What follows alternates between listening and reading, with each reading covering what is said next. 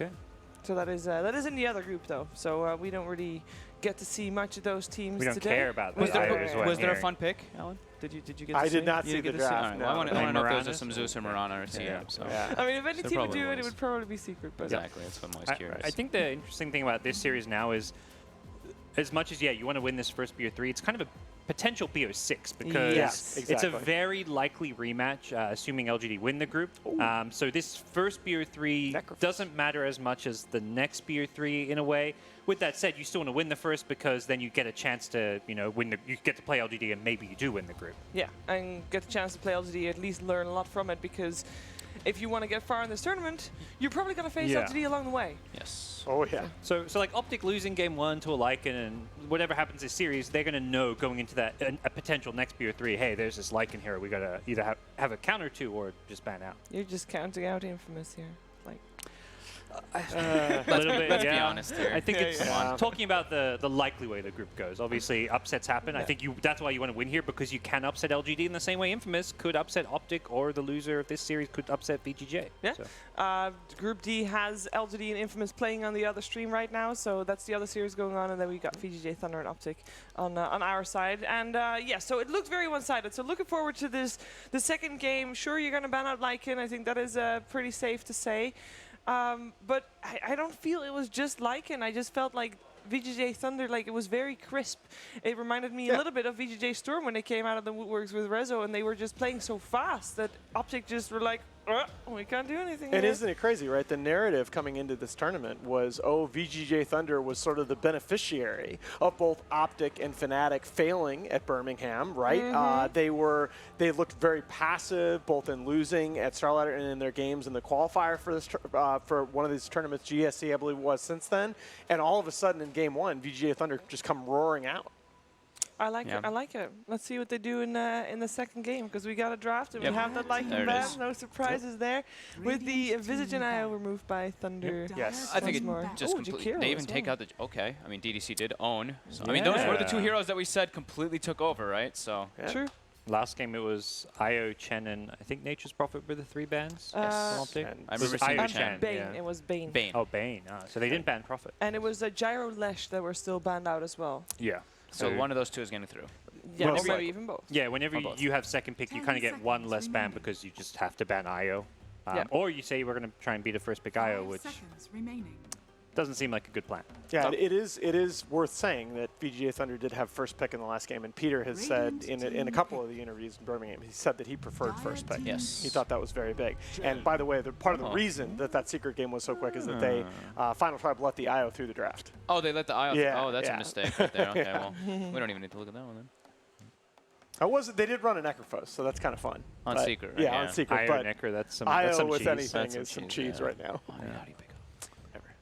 Necro got some decent buffs. He did. No, did, I'm he saying, like, did. how do you leave IO? I'm still always going to beat about that. Definitely feeling like Necro, a few small buffs could see some play. But by the way, I really like this Chen pick coming out from Optic. I mean, I think the Chen pick says to me, hey, we want to be the team on the front foot, taking the initiative, dictating those rotations in the early game. We don't want VGJ.Thunder to play according to that script, because that's been the other knock on VGJ.Thunder is oftentimes they have some really good early game rotations, but if something goes wrong, a lot of that ROTK coaching isn't necessarily there with them in game anymore. I mean, that's what we said during the first panel sessions. I was talking to Jack about it, and Jack said they look at Siler and they're like, we're going to give this guy the best possible game. That last game, it was a first pick Lycan, but that was the best possible situation. They gave him the best matchup, and he completely took over. Yeah. But yeah, I think also I liked what you were talking about, is saying how Optic they were playing playing Thunder's game the whole time. Now they can actually dictate their own pace with this Chen. Yeah, and look at how much time VGJ.Thunder is spending on that first pick. Oh yeah. That is surprising, because Bust normally out the you've got Crystal all these Maiden. Let's go. That's the Chen counter. Let's go see him. Doom. How about Doom? Yeah. No, I was thinking Okay, all I right. think it is. Witch Doctor. Interesting. I don't know. I'm not. DDC, you give me some stats, Alan. Oh, DDC Witch Doctor this season let's hear it. Disgusting. It's the Chen counter, but I don't think it's amazing as a Chen counter just because this hero keeps getting nerfed. It just doesn't feel as strong anymore. Yeah, only so DDC, Witch Doctor is his most played hero, but only 10 and 9 since March 1st. Yeah. Yeah. And that's kind of reflective of VGJ's record Yeah, they've themselves. fallen off of it, sure, but they've fallen off. They're sub 50%, so with Witch Doctor, they're above 50%. All right, fair enough, fair enough. And the thing about like the Witch Doctor versus Chen also is, sure, your cask is great, but then Maledict also in like the mid game, Chen, the Hand of God kind of counteracts Maledict in a lot of ways. Can be very good versus it.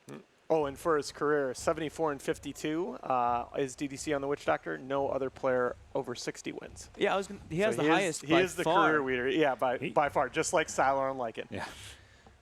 Wow, he actually has 33 more games than anyone else.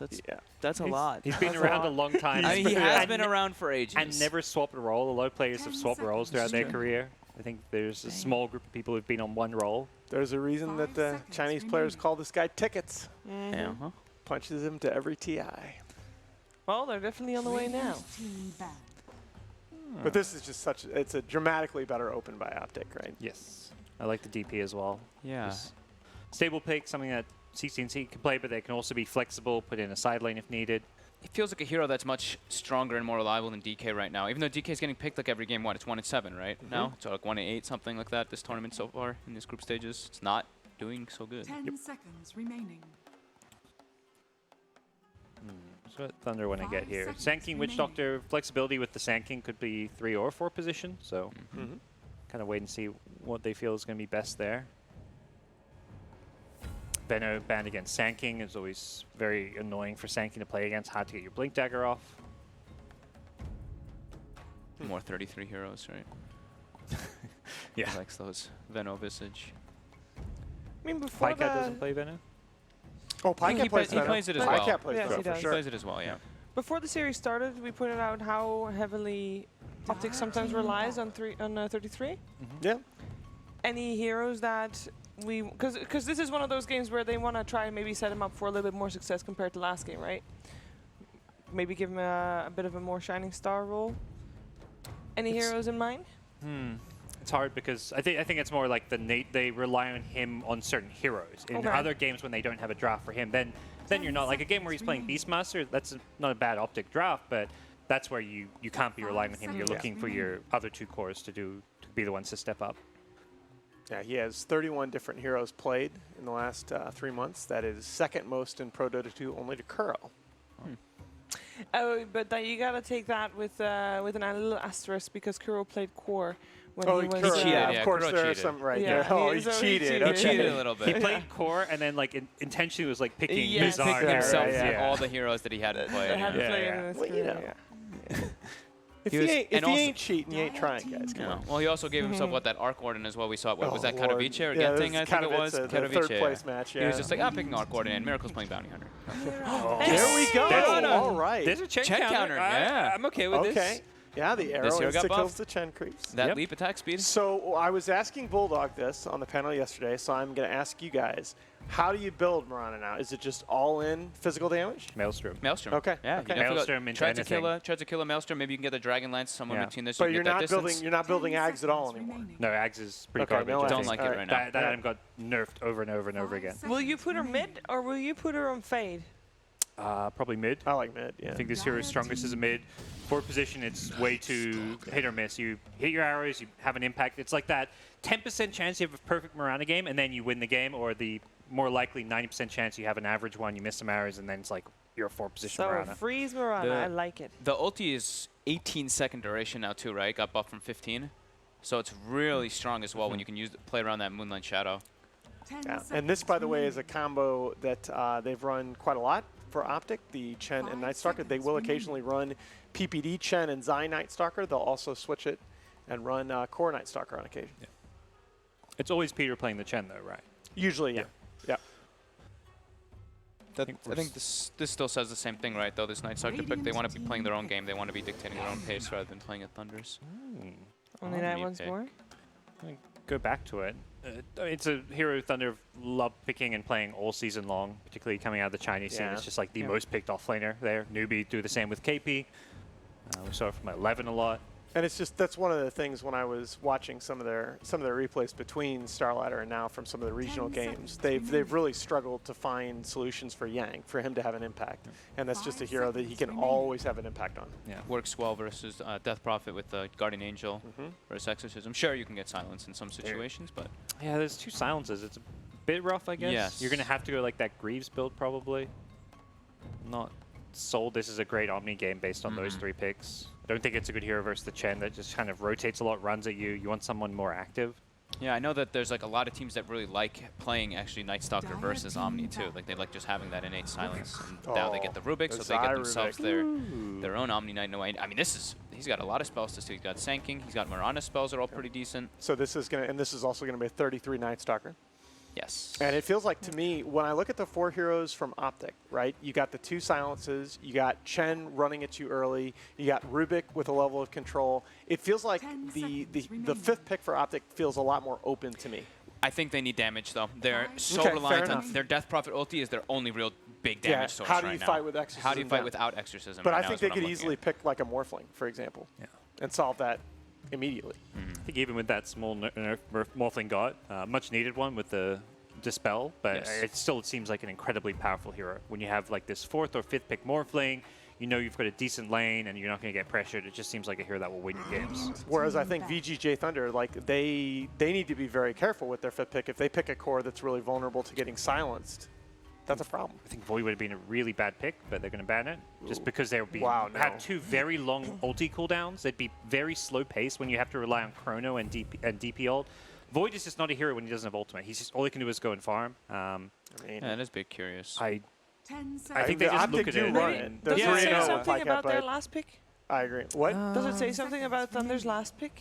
The Void ban? Could it? Yeah, it could. Possibly. Because the only thing Optic don't have anything besides maybe a Chen stealing a troll to deal with BKB, and so Optic can pick like or VGJ.Thunder could pick like a Luna or even a Gyro who's still in the pool. Gyro's banned. Oh, Gyro's banned. Yeah, so it had to be the morph. But I think you can pick Luna and be fine. Any BKB carrier here that gets super early BKB is going to be pretty good. Chen Nightstalker is just so scary for Luna. When it hits 4 minutes, Chen rotates to your lane, you're getting dived under tower. That's where PL seems a bit better because you've got an escape tool. It's Thunder 10th picking Brood. That wasn't. That's not Optic 10th picking it. That's Yeah. It's a young and it's a freeze Omni Knight. I like it. And a from Sylar. Thunder. Okay. They're like, Okay. you guys think you can 10th pick Brood? We're going to do that. Well, It's such a good Brood game. It is It is such a a good great Brood game. Brood game. Oh, my. But Do they know how to play it? All right, I will let. Look, you've got your NA5 over there. You're just like, you see this is the first time they they just won the draft with this 10th pick Thunder, Brood. 100%. And, I'm going Thunder. and you're trying to find a way to predict Optic out. No. No. lose. The Thunder wins. I mean, I was I'm looking into to see Thunder. whether they had even played it in the last 6 months, and they haven't. But It's still such a massive out there. Yeah, it really It's is. the perfect Brood game. I mean, Peter has got to be right now. Forgot about that one. Didn't see that one coming. Did you guys see that one coming? Trent Sayori? Indeed, we did not see that one coming, but I think agreed here. It seems like a darn good Brood game. Trent, how you feeling about Optic's chances here in Game 2? I like the God statement. Massive outdraft. It's done. I don't know.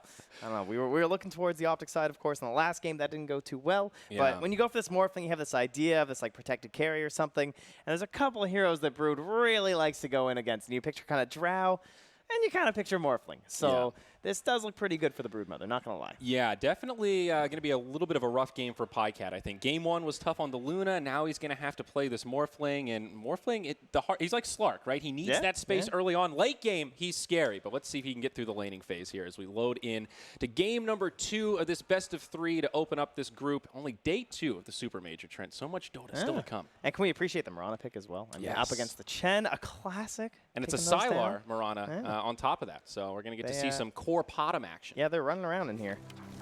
There we go. Okay. So hopping into it, looks like VGJ.Thunder may start off relatively aggressive here with a rotation down into the bottom lane. Invade enemy territory. Are there any ways that Optic can switch up the lanes to make this a little better? You know, are there any ideal matchups? Well, it looks like they're going to use the protection of the mid lane for Pycat. Probably a good idea, right? So you know, think about where that tower is these days. You know, it's so tight to the river that's probably your best bet. Anywhere else, and Brood's going to be using the trees and kind of brooding all over you. So, gonna try and use that. Probably a dual lane situation as well. Hard to believe that we'll be watching much else on the map, honestly. It feels like you really want to watch this Broodmother. It's going to be the same way that you watch that Lycan take over and run the pace of the game and control it all for VGJ.Thunder in the previous match. We're looking for Brood to do the same thing here. Yeah, absolutely. A lot of comfort picks for VGJ.Thunder and just very solid laners. Now, Brood is going to be stationed in the mid, it seems. Freeze is going to take that Omni Knight up top. And for now, they're positioned like they want to do an aggro tri-lane built around Sylar's Mirana. But that is a scary tri-lane. Sand King, Mirana, and Witch Doctor. Seems it will break up. Witch Doctor now rotating through the mid, but a lot of stuns there. Yeah, PPD's up scouting, trying to figure out what the lanes are going to be, and there's still that boundary rune to claim. CCNC wanders up to find it. And give themselves that little bit of an edge. Okay, so creeps spawn mid lane already. Some rotations. It's Rubik. It's going to come in to try to put a little bit of hurt onto Yang, make some space for Pycat so he at least gets a couple of waves of farm. Yeah, don't really have much choice. Try and do what you can. But that means down bottom, 33 is going to be left alone. Fade sets up the arrow for Sylar. Probably won't be a first blood, but not a bad way to start off this lane, forcing him to chew through one of those tangos already. It really feels like so far in the drafts that VGJ.Thunder have kind of identified the 3-3 problem, and they're trying to push him in certain directions. Being on a Night Stalker now in like a solo safe lane it's just not that threatening. There's not a whole lot of plays. Like, yes, maybe he gets out of control and there's a chance that he takes over in that first nighttime, and that maybe is something that can help them. But realistically, when you compare that to his other heroes like that Visage or like the Lycan pick that he gets, even, you know, like a Beastmaster, I feel like has more of a chance, and you saw what happened last match. Yeah, especially the recent nerfs to the Night Stalker. The really successful Night Stalker we saw yesterday just built very tanky. It's all about the Crimson Guard, the Pipe, Solar Crest, items that just allow you to survive, play that frontliner so you can charge into the back line and feel relatively safe doing it. Yeah, like the aura builder for the team, the Underlord, the Tide We didn't even Hunter. see the Aghanims in that game. You know, that build seems like it may be a relic of the past now with some of these recent changes, but mid lane turning into a dual lane as Fade rotates through to put some pressure now into PPD. In terms of last hits, Brood with 3, and the Morphling is 9 and 5, so this mid lane is going in favor of Optic to start. Things off with the low-level Broodmother. Not a lot of help from the Chen in the mid lane either, which is one thing I thought we might need some assistance for, but he's busy up top instead, kind of dueling it out there with DDC. Yeah. You know what I call DDC? I always remember he's the most Witch Doctor games because he's Dada. See, when you take out the vowels there. This guy, he's a legend. He is the Witch Doctor player. Yeah. So when the Chen gets picked up, there's no question that hero's coming out for DDC. Yeah, Gods is absolutely right. It's a hero that's found some nerfs, but maybe enough to still find a first blood here. It's Freeze that draws it against Zai's Chen. First blood, again, the way of VG.Thunder. Good start. Yeah, and now when we talked about this Mirana being the idea of like a counter pick versus the Chen, always nice, taking out one creep right at the start of the fight, but she's had some problems. She's not exactly the most popular hero these days. We don't see her every single game. You know, she had a good run for a while, but she's still very bursty though, and I think she's like a perfect core to follow up on the amount of stuns they have to set up. Meanwhile, in the top lane though, Freeze taking some damage from CCNC. The Spirit Siphon expires. He makes it into the fog, but the Omni Knight will survive this bout of pressure. I think what I like about her this game is that she's getting a lot of space. She's getting, like, relatively recent times, she's being used as like a hero that can survive mid because of jump. Right? She can use her leap to kind of stay in that mid lane. I mean, CCNC especially kind of used that for a little bit in some of their tougher matchups. But now he's getting kind of a free lane, doesn't really need this leap save or anything like that. And he has the protection of the repel from the Omni Knight too, if needed during these fights. So you can itemize very aggressively without having to worry too much about that early BKB that the hero sometimes needed to kind of get in there and make the most use out of your Starstorm. Zai almost getting rotated on up top. Sand King can't close the gap. No boots there. No boots on Chen either. Brood now 13 last hits compared to the 21 and 10 of the Pycat Morphling, but it's a pretty committed duel lane here. I think PPD really hasn't left Pycat's side since that first creep wave. Yeah, they really don't have much of a choice either. I mean, they have the level 2 Fable now, which is nice, so if a dive happens, you might be able to use the creep damage reduction to try and reduce what's happening onto Pycat or Fable and everything from Broodmother. But you look at these dives starting, and as the levels stack up, this is where you're going to see that rotation into the camp next to the tier 1. PPD maybe in some trouble. Nice telekinesis there onto Fade. Still only level 2, so it's a really short range on that Burrow Strike, and he will be able to survive. PPD, that is. He gets back under the tower. But doesn't Yang just feel like a time bomb right now? Like, What are they going to do when he starts amassing these spiders and he starts heading over to that medium camp next to the tower? He's going to grab those spiders and just run at this tower. Absolutely right. Now up top, DDC, slowed down by the Chen. That's a level 1 penitence. Unable to find the kill. DDC heading back to that safety of the tower. So a small lead for VGJ.Thunder, shy of 1K net worth. But so far, much better for Optic compared to last game. Yeah. I still agree they have some issues once we get into that mid to late game, but at least it's not falling apart out of the gate. They're trading pretty evenly, and Morphling, he's just about #1 on net worth. Right. And one of the hallmarks of a good Brood game is that you get a bunch of kills, like, right away. You know what I mean? You start just, like, spamming someone down, you bully them out of the lane, they have to, like, jungle instantly, and you're kind of just like, oh my god, this game's over, they got brooded. But Whoa. that has not yet happened. Now that is a long-range shot from CCNC. CCNC clips him and actually gets the kill there. Well, little tips there to freeze. Thank you, thank you. Nicely done. But that's pretty nice. Much needed kill for the Death Prophet. Now much out farming. The Omni Knight. Level 3. Yeah. And almost level level 6 6 this whole time. on CCNC. Very similar to last game, though. Not a lot of kills in this early laning stage. And It was around this time when it started to erupt in the last match. And with these rotations, this feels very reminiscent of what we saw. Pycat only level 4. They use the Moonlight Shadow to initiate. Fade goes in first, but EDC can't get there in time with the paralyzing cask. Yeah, Sylar was being dove a little bit down bottom, so he's just kind of pressured by the void there as it is now nighttime. So use it defensively. They're going to use it to turn mid. And they go back in, get the kill on PPD. The coconut bounce to Pycat, who's out of mana anyhow. No stick. Dive down bottom, Sylar in between the towers. Connects with the arrow, though. 33 needs to be a little careful. Fade does not have mana, but has an enchanted mango. So there will be a burrow strike available momentarily if he chooses to use it. Seems it won't be necessary. So a lot of pressure coming out of 33, but no kill.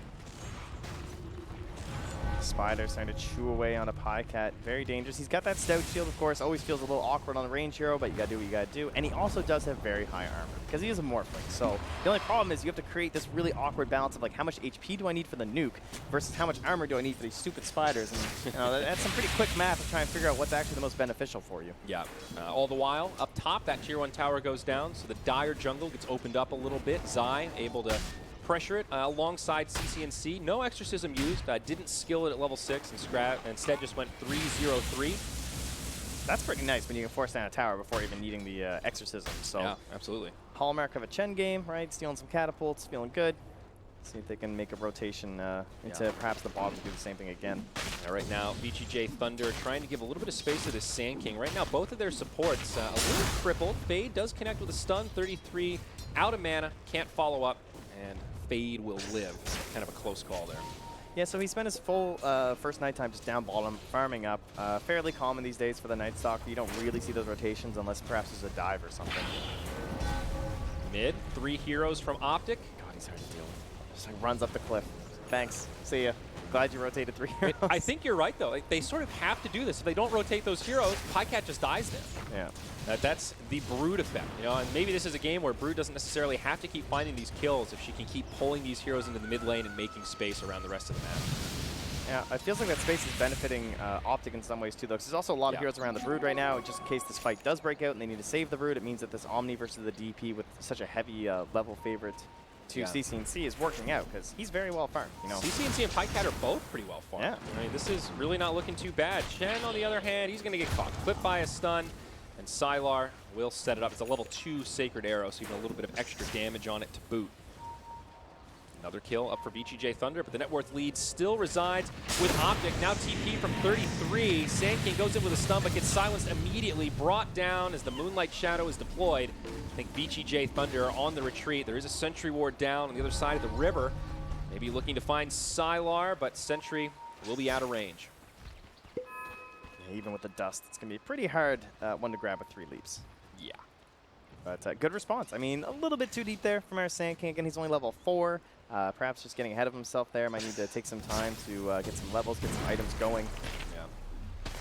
Both supports on the Dire are suffering right now. Even DDC on the Witch Doctor, only level 4, off to a little bit of a slow start. Had to get that early point in the Voodoo Restoration, which is a little bit atypical. I think you see more Witch Doctors these days prioritizing the Maledict and the Cask just for pure offensive potential. But yeah, it's become a little awkward on Witch Doctor because you really want that earlier point in the Voodoo, and with the nerfs to the Maledict, it kind of sucks, but you got to go for it. You know? Yeah, and it's better than conceding an undue death. Sentry Ward can fall a little bit short of this Observer here. A lot of pings coming out. Seen Privy. Meanwhile, back mid, Pycat initiated on. They're going to find a kill on the Brood. Very nice for Optic Gaming, trying to finish off these little Spiderites, but not going to be able to do it. Just so much help right now from Optic, you know. Yes, it's 10th pick Brood, and you can't change anything in your draft, but you can change the way you play. And they're essentially just like dual laning or tri-laning a Morphling, and that's protecting Pycat. They're giving him all that same farm that he needs, and they're stopping the Brood snowball. And what else? One thing they had, maybe you can say they got lucky, they had 2 self-sufficient cores on the side lanes. You have a Night Stalker who doesn't need help, and a DP who, got a little bit of help at the start from the Chen and everything, gets the tower down, but realistically, a very tanky hero, annoying to gank. So just really good audible calls here from Optic. Maybe not playing these heroes in the typical way, but the way that they have to, and now they need to rally around this Death Prophet. Use the hero who's got so much of this net worth on your team, and try and play to her advantages. Well, now the rotation coming from VGJ.Thunder. They'd lost that tower already, but they initiate on the Chen.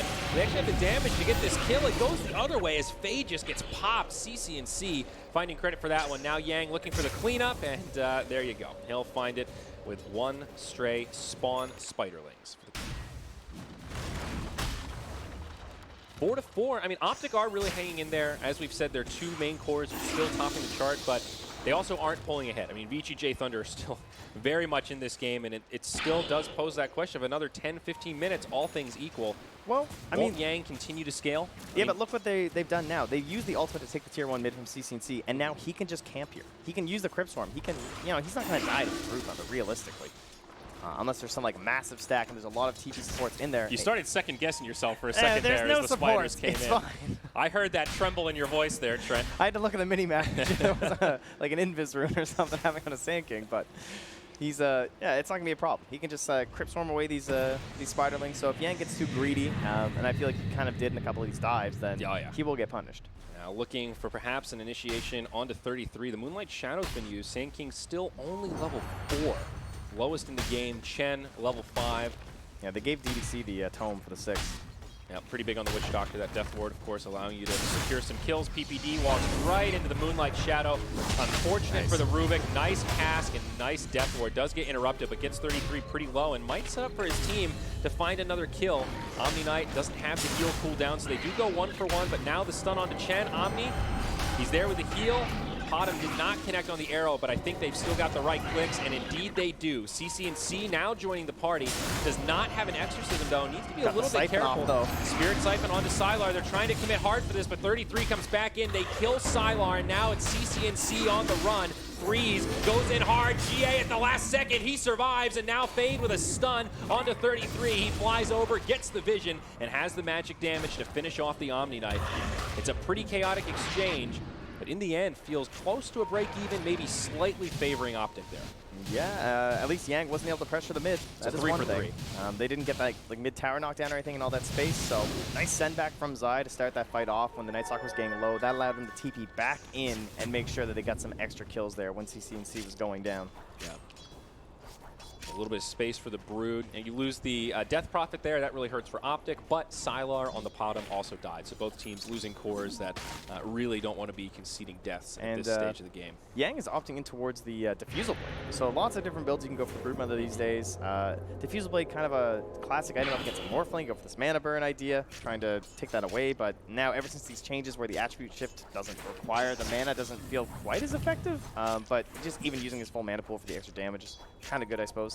Yeah. But you kind of think like, what about an Orchid build? But perhaps he just feels like the Morphling is too far ahead with his Orchid that he won't be able to just solo kill him. So I mean, Orchid is a lot about timing, and with the Lincoln so close, I definitely agree. It feels risky. Stun though onto 33, and the Maledict is there. They might have the damage for this Epicenter on top, and with that, it's a dead Night Stalker. That was a much needed kill, the first death of 33, and that will slow down his momentum just a little bit. Yeah, but I mean, you look back at like Mask of Madness BKB, like when Matsu was playing it so much, and the way you can just get the Deso and take over Roche and everything. But with the Diffusal, yep, that works too. Diffusal makes that a pretty easy kill there. Not much PPD could do. Down bottom now, Zai actually the one that might get rotated on. Fade was looking for a Burrow Strike through the tree line, but Chen moves into Fog and not going to be able to find it. Sends his creeps back, very nice. Looks like this bottom tier 1, though, may fall. Optic not really in a great position to try to mount a defense, and yeah, they're just going to let it go. Last hit goes to Freeze.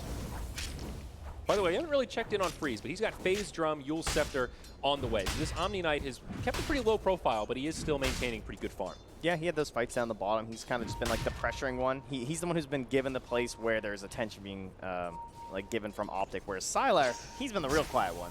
You know, ever since he was just kind of 1v1 versus the Night Stalker, and then he went bottom for that one fight, but now he's just back in the top lane again versus CCNC. No real skill options there. Who also has his Yule Scepter flying out before the BKB will not be queued up. VGJ.Thunder starting to get a little bit more aggressive with their movements. See Yang spending a lot of time in the enemy jungle focusing on these Ancients. Fade needs these kills. This will be Blink Dagger gold if they get these. Yeah, he's got 1900 right now. Observer and Sentry pairing. They should be fully ready for this. And there's going to be a rotation up top too. Sylar on 3, but that's a double leap. He's going to live. A lot of Optic heroes committed up there, but they missed the stun in the mid lane on PPD. Both sides kind of biffing the ganks. God, they held there for so long considering the ward coverage they had. But and now the rotation from the other side, Optic, they're going to try to backstab this. They go in onto the Broodmother first. CCNC uses the Exorcism, and Brood gets popped straight away, but Sylar connects with a decent arrow. This Death Ward doing some damage. They do get PPD, but VGJ.Thunder have already lost 2. Looks like a great fight for Optic. Witch Doctor getting chased down behind the Roche Pit, and even Sylar now getting very low. Does not have any more leaps for 20 seconds. He's dusted up Pycat with that Burrow Strike to the high ground. It's a 1 for 4. Damn. And a big-time sign of life for Optic Gaming. You might want to say Optic got outdrafted, and you can argue, you can debate about that based on the Broodmother pick, but you can't argue that VGJ.Thunder got outplayed. Like, completely this game. The way they've set up these lanes, the way that you just watch them, they sit in their tower with 4 heroes just right nearby, and they're just watching them move in Moonlight Shadow. Yep. And they're just like, just wait, hold! And then the rest of Optic coming in from the rear there on the flank. Like, that is beautiful stuff here from Optic. Really, really good rotation. Perfect initiation onto the Broodmother. They know that Yang is gone for this damage-based build, so kind of a glass cannon, at least for now. He's going to move into the BKB, so might not be able to do that so easily again in the next skirmish, but for now, it does slow down that momentum and get your Morphling a little bit stronger. Now Omni Knight in some trouble as he gets silenced, slowed down, and brought down. Very nice. CCNC getting credit for that.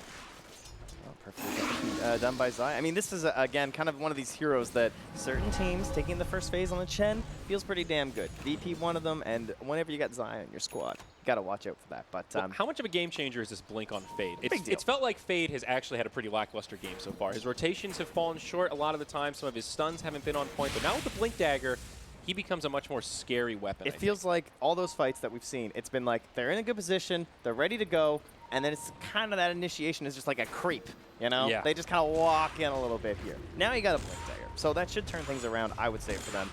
He can get in there, down and dirty, maybe get a Purification on top of himself, hit a couple heroes, try and pump some damage. They're still holding this mid lane, though. Peter might pay for it, though.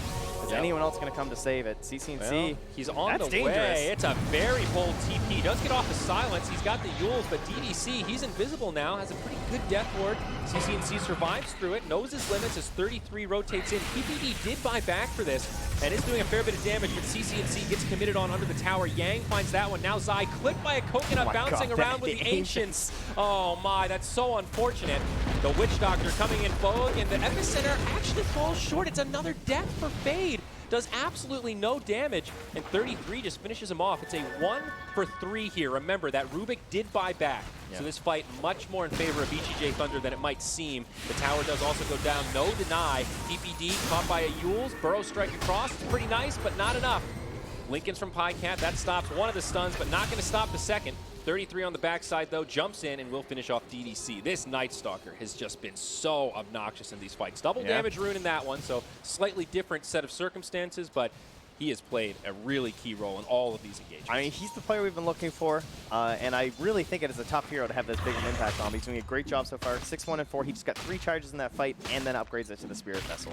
But Trent, I am scared at how much momentum Yang is getting now. #1 on net worth. He surpassed the Morphling. He got a lot of gold in that fight. Very close to the BKB. 100 gold away, and that's the item. How do they control him once that magic immunity's out? Yeah. from there, the next big item in our game, honestly, will be like the E-Blade for like the Morphling. And then, as you said, like now this big hero for the Dire side is kind of protected against it. Plus, you're fighting up against the repels. So, kind of like the idea of Freeze here. We'll see if he actually fully commits in for the Radiance. I almost feel like he's going to go back for something to cancel the silence instead. I'm not sure he's going to commit. I feel like he's going to go like a Lotus or maybe, I mean, he's got the phase boost, but it's just like, man, this is such a Greaves game, dude. You're up against a Night Stalker. You're up against a Death Prophet. Yeah, you're right. I mean, the phase drum is pretty standard on the way they set up these lanes, like, but I would. I like the Yules, but you can't do anything when you're Yules. Like that's why I like the Lotus so much better. You know, like yeah, you get silence, you toss yourself up, but then you just get silence on the way back down. Podcat in trouble here. They break the Lincolns. They get off of Maledict. The arrow's off the mark, but they've got a Death Ward. Now it's a stun from Podcat across, and he's got reinforcements. This looks like a great fight for Optic. The Sand King gets left behind. DDC splits, and Sylar heads the other way.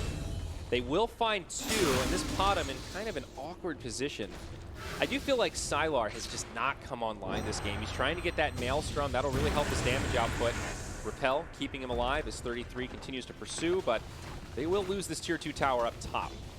She truly is a hit-or-miss hero, and he really hasn't been hitting any of those arrows. That's a hero that can just completely change the game. Very much like Wind Ranger. You're either hitting shackles and you're dominating, or you're missing shackles and you feel kind of useless, and that's the name of the game with Sacred Arrow. There's a couple fights where like Omni's been using his Yules aggressively to try and like set up into arrows, and that's been great. But in terms of like those free balls that he just chucks out, have not seen a Gosu 5-second arrow yet, that's for sure.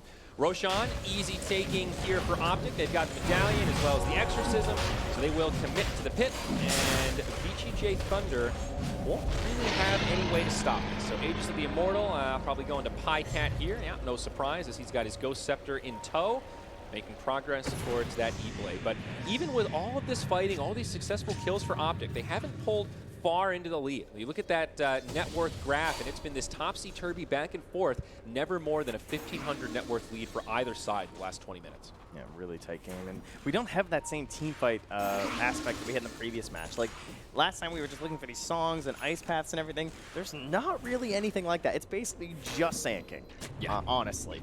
That's kind of it. I mean, Zai's getting the chain stuns. He's looking like he's a full team fight just in a single hero, but overall, this is so much the single target focus. You're looking at this Night Stalker, the Morphling.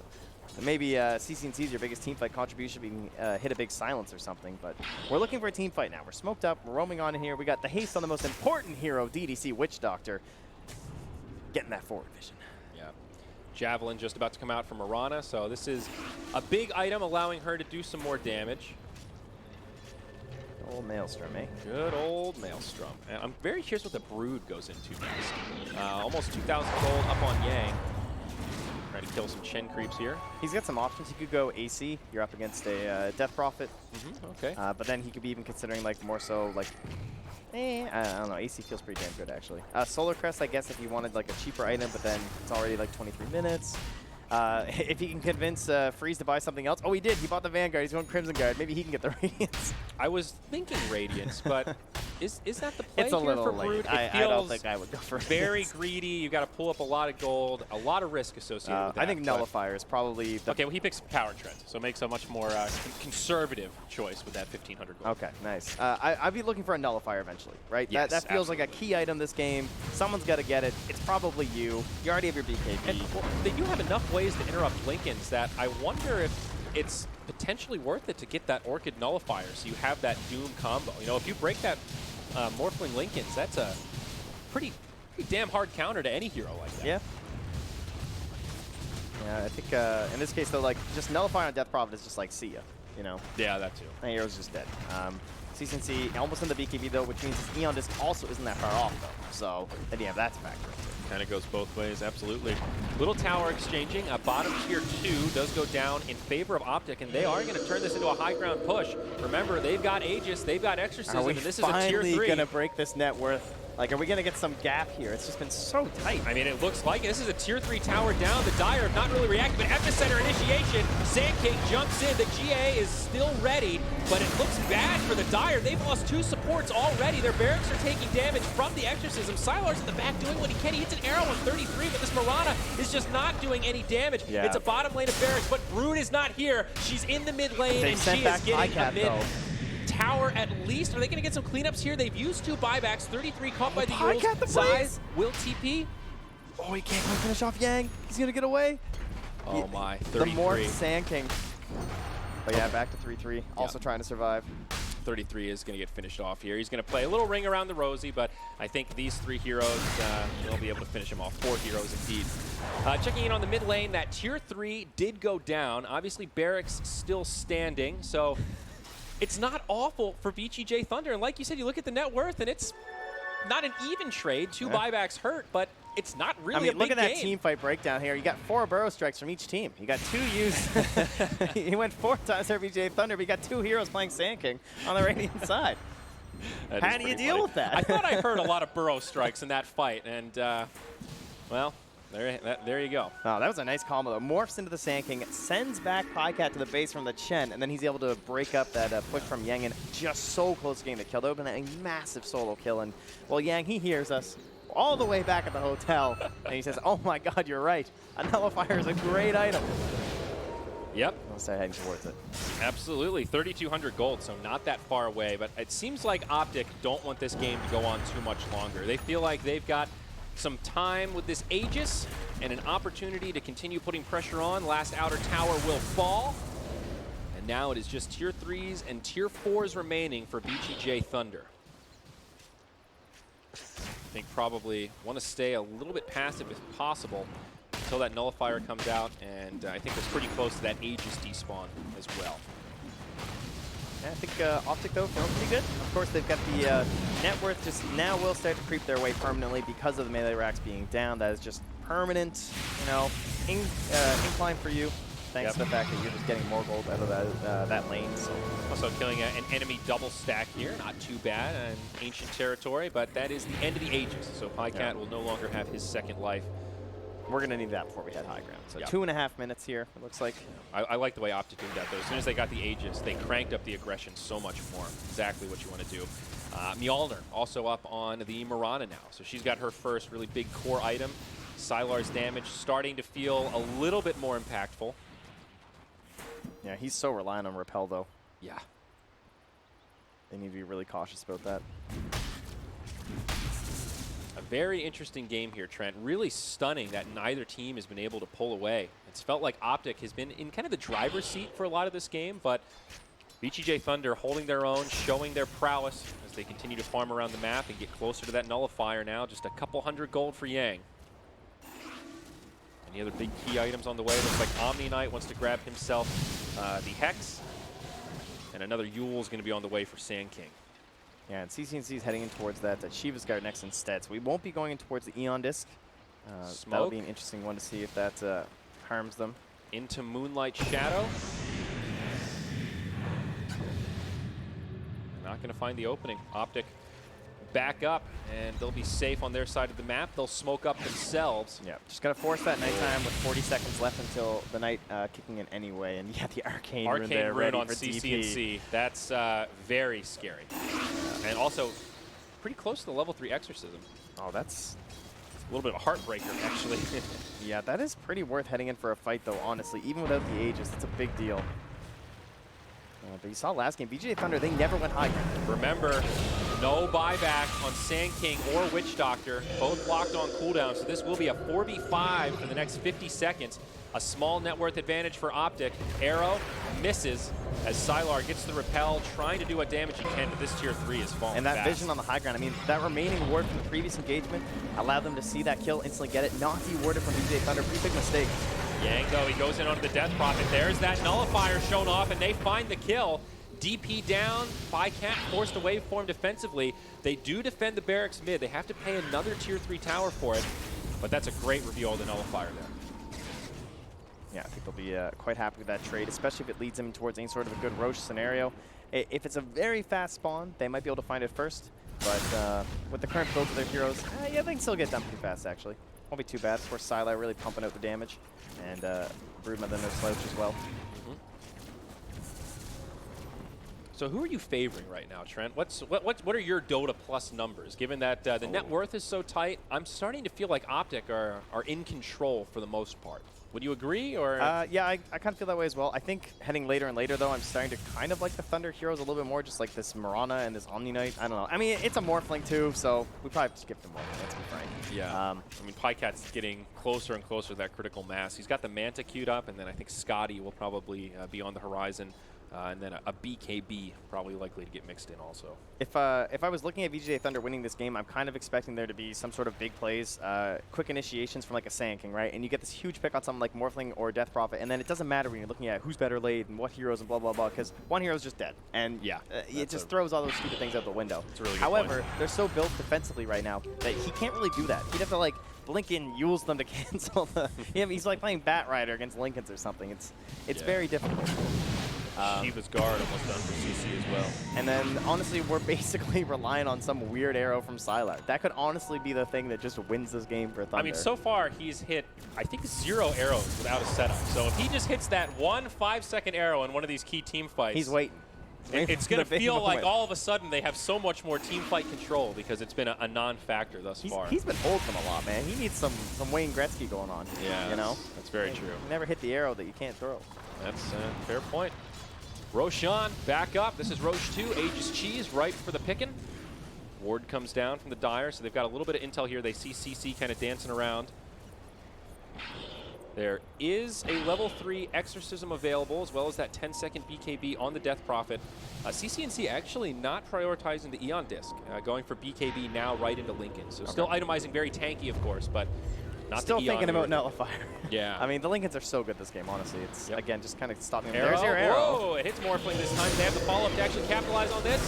They break the his arrow. Lincolns, and They they brought found him the down. arrow. The BKB from CCNC uses the Exorcism, but isn't going to be enough. They've killed the Witch Doctor. Buyback from Pycat, and maybe VGJ.Thunder in a little bit too deep here. They've lost Fade, and all of a sudden it's a 3v5. Sylar getting low. He'll get finished off. Threes can't keep him alive.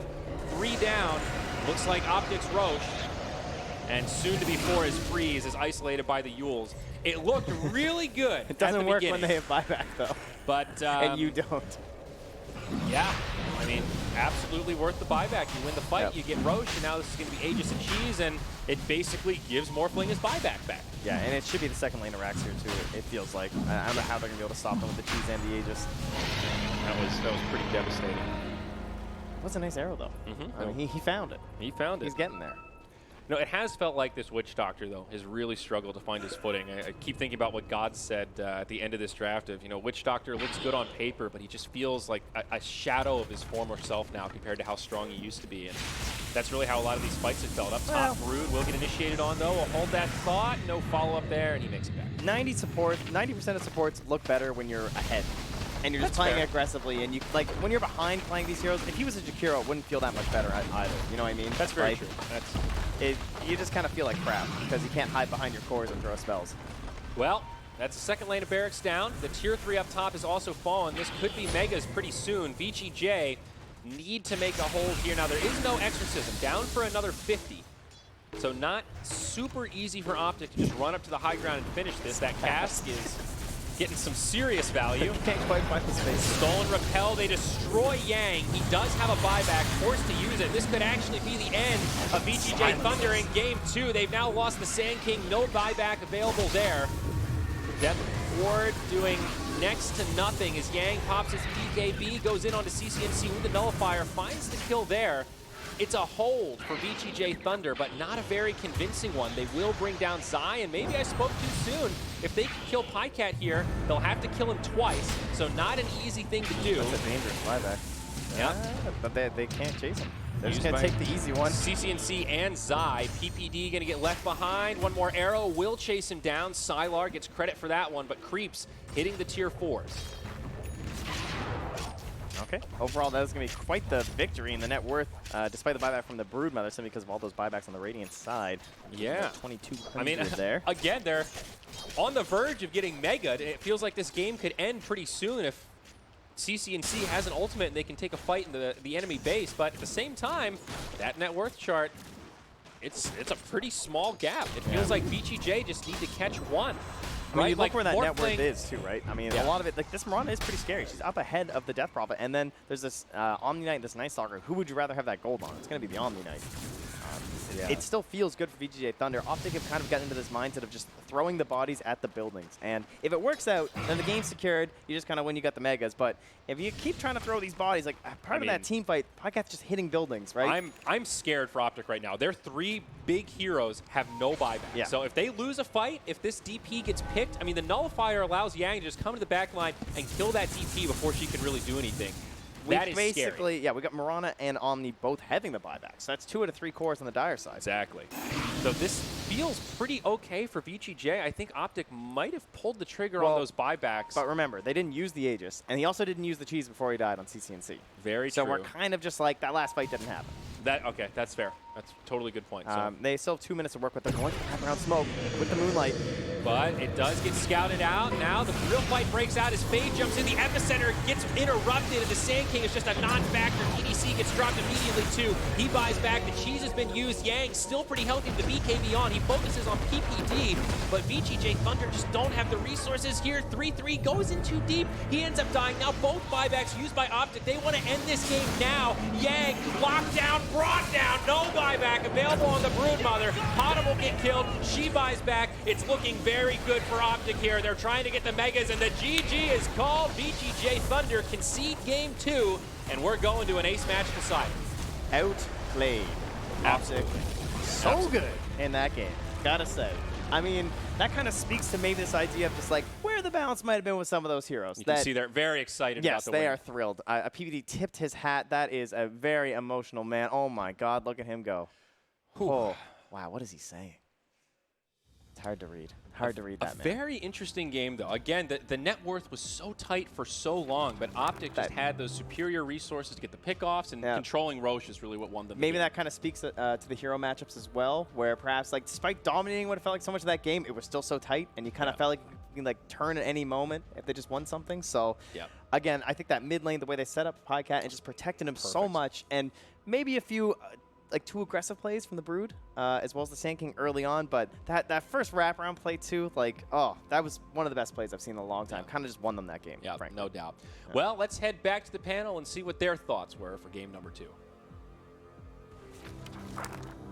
Yeah, thanks, guys. I think there's a lot of thoughts here to be shared about this second game because everybody was wrong.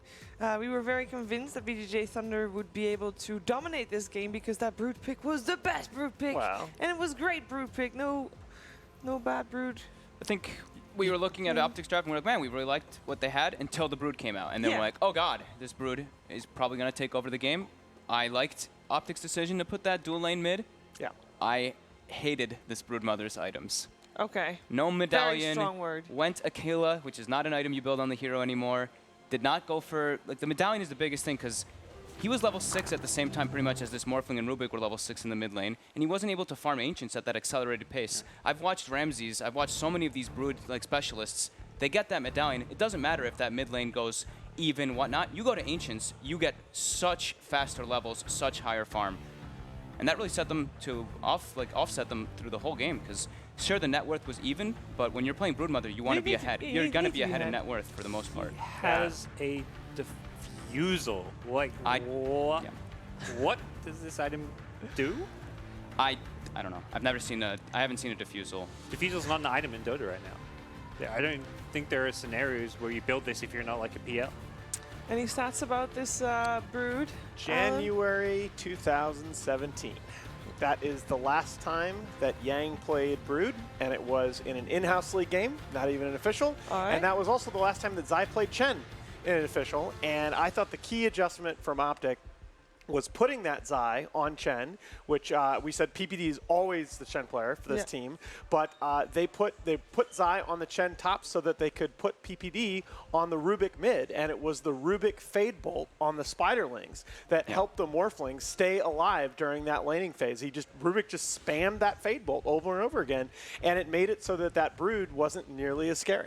I was a big fan of the Morphling and the Rubik too versus the Sand King. They had so many burrow strikes, I felt like, in this game. I kept hearing burrow. I'm like, wait, what's going on? Oh, yeah. So it's Sand King burrow, and then a Rubik burrows, and then a Morphling burrows as well. I was like, holy crap. Optic actually has more disable in their lineup because they're just stealing this burrow strike most of the time. You guys already mentioned the item build on the Brood being suspect. Can we talk about the skill build on Mirana? 1, 2, 4 skill build, 1 in Starstorm, 2 in Arrow, 4 in Leap. What? And then into Dragonlance. What? Maelstrom. It was So definitely strange. Yeah, he reads the patch log. He's like, man, this leap is amazing. Going to max it out fast. But I think you need to read the patch log a little bit more carefully. he has max leap and he doesn't even have a Maelstrom. Like, if you have a Maelstrom, like, yeah, that's maxing leap at that point is fine, but you don't farm the item fast enough to justify this build. Go for a 4-1-4 build, you know. Go by maxing Starfall first, you know. There's nothing much to it. I mean, we were even downstairs and we were like, is this well, we see like Black comes in, we're like, Black, is this the build? And Black's like, why does he have 4 in lead? Why does this Brood have a Diffusal? So all the questions we were doing, he like instantly ticked on them as well. The buff to leap attack speed was 20 at all levels. So as a percentage-based increase, it's largest at level 1. Yeah. I just don't understand why you max it. Yeah. I think Siler played pretty well in the Mirana, but ultimately the draft was meant to be around the Brood. And Brood, you know, Yang's killing some supports there at the end. He ends the game 8-4, but he did not do what he was meant to do as a Brood. I mean, I still look at this draft, and I actually still think it was a great Brood game, but if you don't, that's why I like to look at whether a team plays something, because the other thing that you see is they didn't know how to rotate around that Brood. Once the Brood was not doing as well as expected mid, they really didn't have any moves until Mirana got Moonlight Shadow up. That was the first gank. Yeah, I mean, there's a lot. I mean, even then, if he's not doing so well, like I was mentioning, you go to the Ancients. Yeah. You Medallion, you go to Ancients. He went to Ancients and he's hitting them and he's taking like 30 seconds to kill an Ancient camp, where it would be massively accelerated if you have that Medallion. So I think Optic played really well though, but we are kind of being pretty harsh on Thunder. I mean, rightfully so, apparently. I mean, we asked other people as well in the green room, was this a good Brood game? Yes, it's a great Brood game, but not for this Brood specifically, unfortunately for Yang. Now the question is, who is the MVP for this game? Because I'm gonna give it to Peter. I would give it to Peter. I'm gonna give it to just the early game adjustment, taking that Rubik mid, and like you guys said, I think he hit as many Thunder Strikes as Sen King did. Or Burrow Strikes, as Sen King did. Thunder Strikes. I was like, wow. I didn't know there was a distraction. Yeah, no. I'm old, all right. No, Peter did play really well this game. I definitely agree with that. I thought it was like between him and Pycat. I thought both of them played excellent games. Yeah. I mean, just solid. Just the laning adjustment seemed to be all that they really needed. The draft was more rounded. Like even before the Brood Mother was picked, we did like Optic draft a lot, as you said. Yes. So compared to the first game, that's already big up. And you know what? See, that's the benefit to me of a strong captain. It's not just, we talk about Peter and we talk about his ability to draft, and that's great. You get good hero matchups. But a strong captain is also, when something weird happens, either in-game or at the 10th pick of a draft, a strong captain has the trust of those 4 other players to say, okay, we're going to switch things up. Zai, I know you've never played Chen before on this team. You're going to play the Chen. I'm going to put the Rubik mid. It's one person in those kinds of moments. It has to be one person taking charge. And they've got a Brood player too, so they probably had some input of 33 being like, all right, so, you know, emphasize on the laning phase, try to shut this guy down, and blah, blah, blah. He would be like, this is the best case scenario. I think they probably feel like they're still outdrafted by the Brood. I imagine they look at that. I'm sure 33 is like, man, I wish I was playing Brood in this game. But he helped probably put together that plan, which was going to be the best way to mitigate the damage. Yeah. In the meantime, there's more results coming in as Group C just had another game complete, and it's now 1-1 for Secret and the Final Tribe. So they will go to a third game. LGD took one game of Infamous, and I think game 2 is still going on. And then on the other side, there's Mineski and Storm. And Mineski actually looked very dominant against VGJ Storm as well. So that is one up, and they are in the second game as well. Not super surprising. Maybe that was a Chaos Knight game, right? Yeah. Mineski had a CK Chaos game. Knight, and there was no AoE. Yeah. For Mineski, and they got Pango. Final Tribe taking a game of Secret sure is something After the game 1, too. Yeah. That looked completely lopsided. But what was the first? We Yeah, glanced at Secret's pick. They first picked yeah. Phoenix, so Secret was doing some of their. I mean, hey, Fire Secret Spirits do more damage, guys. Hey, patch notes. Yay. Yeah. All right, so we have got at least one more game here for this best of 3 series. But we're going to take a short break. And when we're back, we're here with more Optic and VGJ Thunder.